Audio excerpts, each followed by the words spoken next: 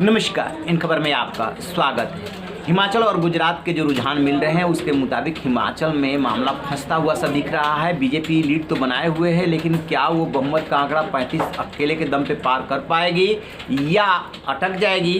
कांग्रेस उसे neck to neck fight दे रही है, लेकिन सबसे जो मुकाबला है जिस पे सबकी नज़रें हैं वो है गुजरात में बीजेपी अपना ही रिकॉर्ड 127 यानी कि 2002 में नरेंद्र मोदी के नेतृत्व में जो उसने प्राप्त किया था उससे तोड़ने के लिए आगे बढ़ रही है। लगातार वो 140 से ऊपर बढ़त बनाए हुए इस समय 146 सीटों पे वो लीड कर रही है। कांग्रेस 23 सीटों पे लीड कर रही है और आम आदमी पार्टी जो है वो कभी 7 सीट पे कभी 8 सीट पे लीड कर रही है, 2 पे अन्य चल रही है। तो सबसे बड़ा सवाल ये है, आपको 2017 का चुनाव और उससे पहले पाटीदार आंदोलन याद होगा जिसकी अगुवाई कर रहे थे हार्दिक पटेल, और उसी दौरान 2 और आंदोलन खड़े हुए थे। एक पिछड़ों को लामबंद कर रहे थे अल्पेश ठाकुर, और उधर जो है ऊना की घटना के बाद जिग्नेश मेवाड़ी बहुत एक्टिव हो गए थे। तो इस तरीके से 2017 का विधानसभा चुनाव आते आते ये तीनों युवा चेहरे काफ़ी गुजरात में चर्चित हो गए थे, हार्दिक पटेल, अल्पेश ठाकुर और जिग्नेश मेवाड़ी। जिग्नेश मेवाड़ी ने 2017 का चुनाव लड़ा था कांग्रेस के समर्थन से बडगाम से और चुनाव जीत गए थे। अब वो पाला बदल करके, पाला क्या बदले, कांग्रेस के समर्थन से लड़े थे, अब वो कांग्रेस में शामिल हो गए हैं और कांग्रेस के उम्मीदवार हैं वहाँ से। और हार्दिक पटेल, अल्पेश ठाकुर जो है पाला बदल करके चले गए बीजेपी में। अल्पेश ठाकुर जो है राघनपुर से जीते थे और वहाँ पे जब वो पाला बदल करके बीजेपी में आए, फिर उपचुनाव लड़े तो हार गए, लिहाजा वो गांधीनगर दक्षिण से चुनाव लड़ रहे हैं।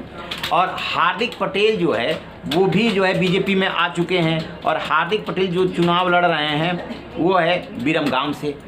तो तीनों ये जो युवा चेहरे हैं इस बार की लड़ाई में कहाँ खड़े हैं, अभी तक जो रुझान मिल रहे हैं वो तीनों के तीनों पिछड़ रहे हैं। बाकी हमारे सहयोगी जो है वैभव बताएंगे कि हार्दिक पटेल किन वजहों से और कितने से वो पिछड़ रहे हैं। वैभव सर, हार्दिक पटेल 3 राउंड तक पीछे चल रहे थे, लेकिन अभी उन्होंने लीड बनाई हुई है। उनका सीधा मुकाबला सीधे तौर पे उनको टक्कर दे रहे हैं अमर सिंह ठाकुर, ये आम आदमी पार्टी के उम्मीदवार हैं। और इनकी जो सीट है बिरमगाम हार्दिक पटेल की, वो ठाकुर बाहुल सीट है और हार्दिक पटेल पाटीदार समुदाय से आते हैं, तो इनको ये नुकसान हो रहा है। हालांकि खुद इनकी ये मांग थी कि इनको अपने गृह जिले की ही सीट बीजेपी दे। और बात करें जिग्नेश मेवाड़ी की, दलित आंदोलन का चेहरा थे 2017 में। हाँ, और मेवानी की आपको कुछ बात बता दें, 2004 में इन्होंने पत्रकारिता की डिग्री ली है, 4 से 2007 तक 3 साल तक रिपोर्टर का काम भी कर चुके हैं।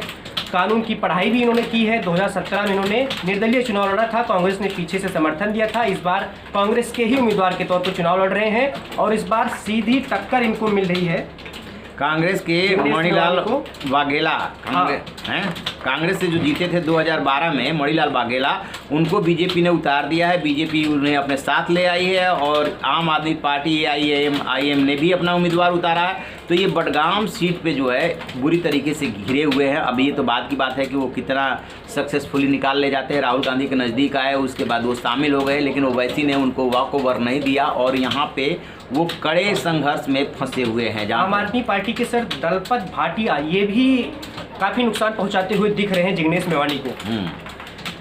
तो ये हो गया जिग्नेश मेवाड़ी। और अब बात करिए यदि अल्पेश ठाकुर की, बहुत चर्चित चेहरा, काफ़ी तेज तर्रार चेहरा है। तो जैसा कि मैंने आपको बताया कि ये जो है पहले कांग्रेस से जीते थे, कांग्रेस से जीतने के बाद बीजेपी में शामिल हो गए। बीजेपी में शामिल होने के बाद जब वहाँ से ये उपचुनाव लड़े तो वहाँ से हार गए। फिर ये गांधीनगर दक्षिण से आए। गांधीनगर दक्षिण में इनका मुकाबला कांग्रेस के हिमांशु पटेल से है और आम आदमी पार्टी ने भी देवेंद्र पटेल को उतारा है। तो इस तरीके से ये राधनपुर से चुनाव हारने के बाद यहाँ पे अपनी सीट बचाने के लिए आए हैं। गांधीनगर दक्षिण 2 बार से बीजेपी जीत रही है, लेकिन इनके भी अभी पिछड़ने की खबर है। आगे चल करके वो आगे निकल जाते हैं तो अलग बात होगी। तो तीनों जो चर्चित चेहरे हैं वो कहीं ना कहीं फंसे हुए नजर आ रहे हैं। जैसे इनको लेकर के अपडेट मिलेगा आपसे साझा करेंगे। रहिए बेखबर, देखते रहिए इन खबर। Thank you. इन खबर चैनल को सब्सक्राइब करें।